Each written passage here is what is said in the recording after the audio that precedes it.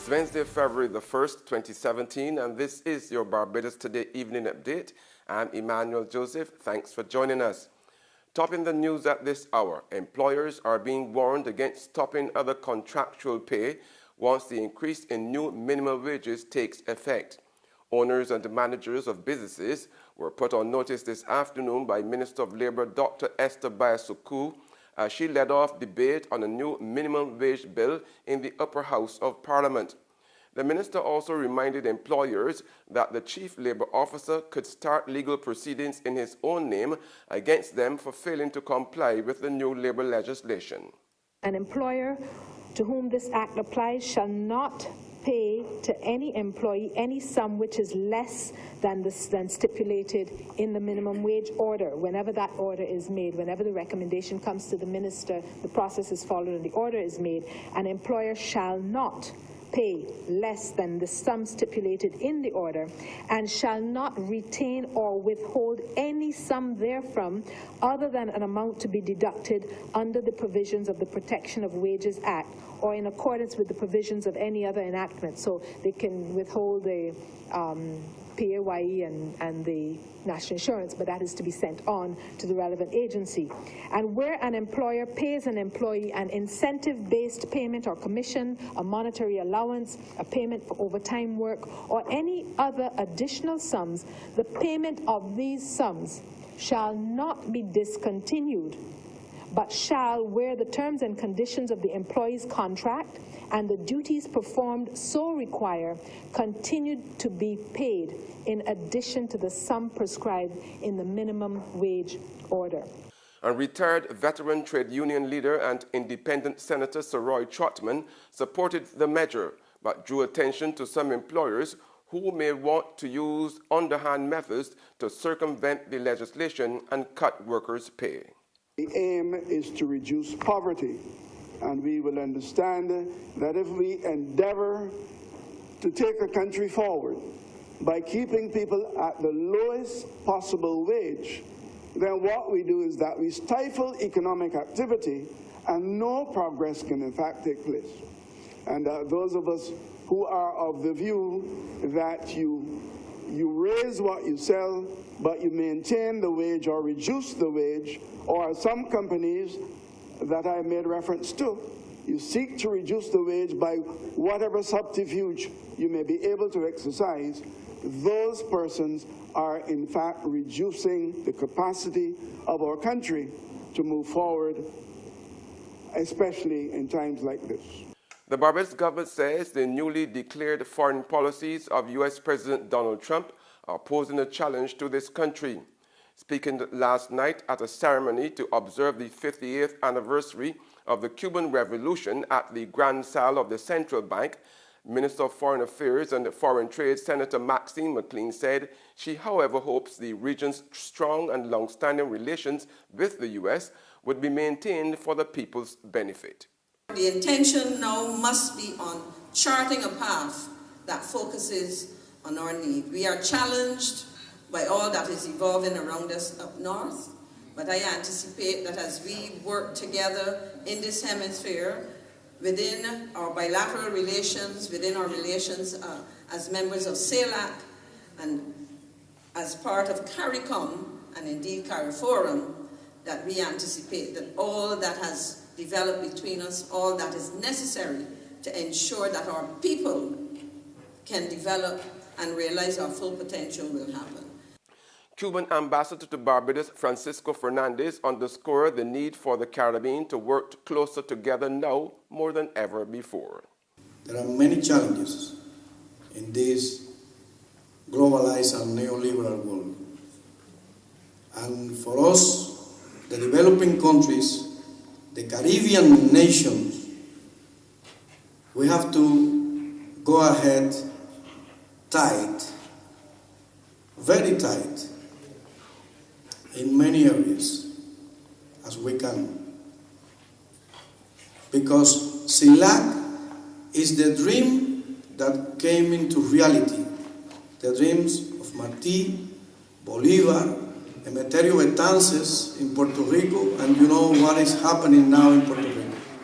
A suggestion has been put forward that all students at the University of the West Indies undertake a mandatory course in entrepreneurship as part of their degree program. President of the Barbados Association of Principals of Public Secondary Schools, Barbados Paris, made the recommendation today at the Cayfield campus as he addressed the opening of the 12th Annual National Career Showcase for 3rd to 5th form secondary school students. Perhaps the time is also ripe for the establishment of attachments to relevant businesses and institutions as a necessary component of degree programs, so that today's graduate, as the saying goes, hits the road running upon graduation. Given that the Caribbean sees its future economic success and sustainable employment in an entrepreneurial-based economy, what about making a course in entrepreneurship compulsory for all university students to help them more sharply focus on creating businesses out of their particular field of study? That kind of thinking would not be parochial, nor regional, but global. In sports now, England lost their last 8 wickets for 8 runs as India powered to a 75-run win in the 3rd T20 in Bangalore to take the series to 1. Chasing 203, England were 117 for 2 with 8 overs to go after 3 Ian Morgan sixes in a Suresh Raina over. But leg spinner Yuzvendra Chahal, who took 6 for 22, got Morgan and Joe Root in successive balls, and England fell to 127 all out. There's regional and international news after this short break. God, these papers ain't selling at all. Get your paper. Only $2.25, get your paper, miss. Look, take it, I can pay for it. Barbados today, all the way.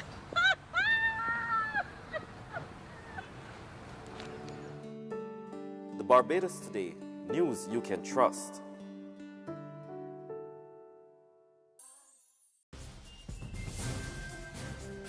In regional news, the Health Ministry in St. Lucia has issued a gastroenteritis alert due to the increasing number of stomach-related illnesses at health institutions.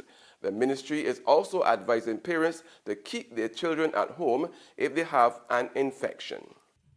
Are you experiencing stomach pain, cramping, or nausea? What about vomiting and diarrhea? You may have the stomach flu or gastroenteritis. The Health Ministry is cautioning the public to be on the lookout for the condition. Based on the ministry's epidemiology trend over the last 5 years, healthcare facilities across St. Lucia observe an increase in gastroenteritis admissions between the months of December and January. The infection is likely to affect younger children.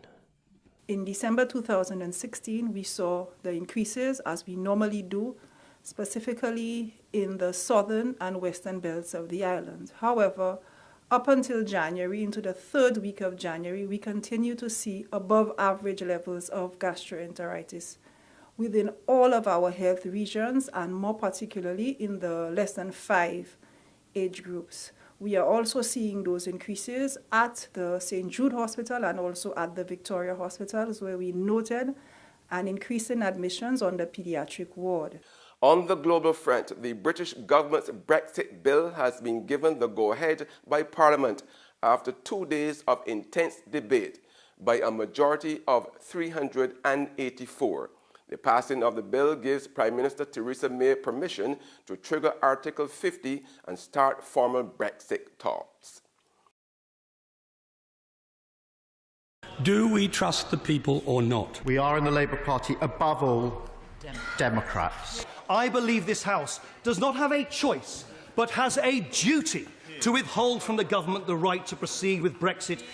To vote against the majority verdict, I think it would provoke a deep constitutional crisis in our country. And we are not going to allow this non-vision act of madness from this House. The ayes to the right, 498. The noes to the left, 114.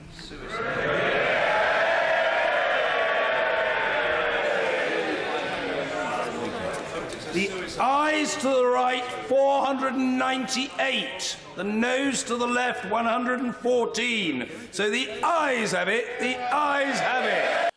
And that's news and sports, but for the very latest, visit our website at www.barbadostoday.bb.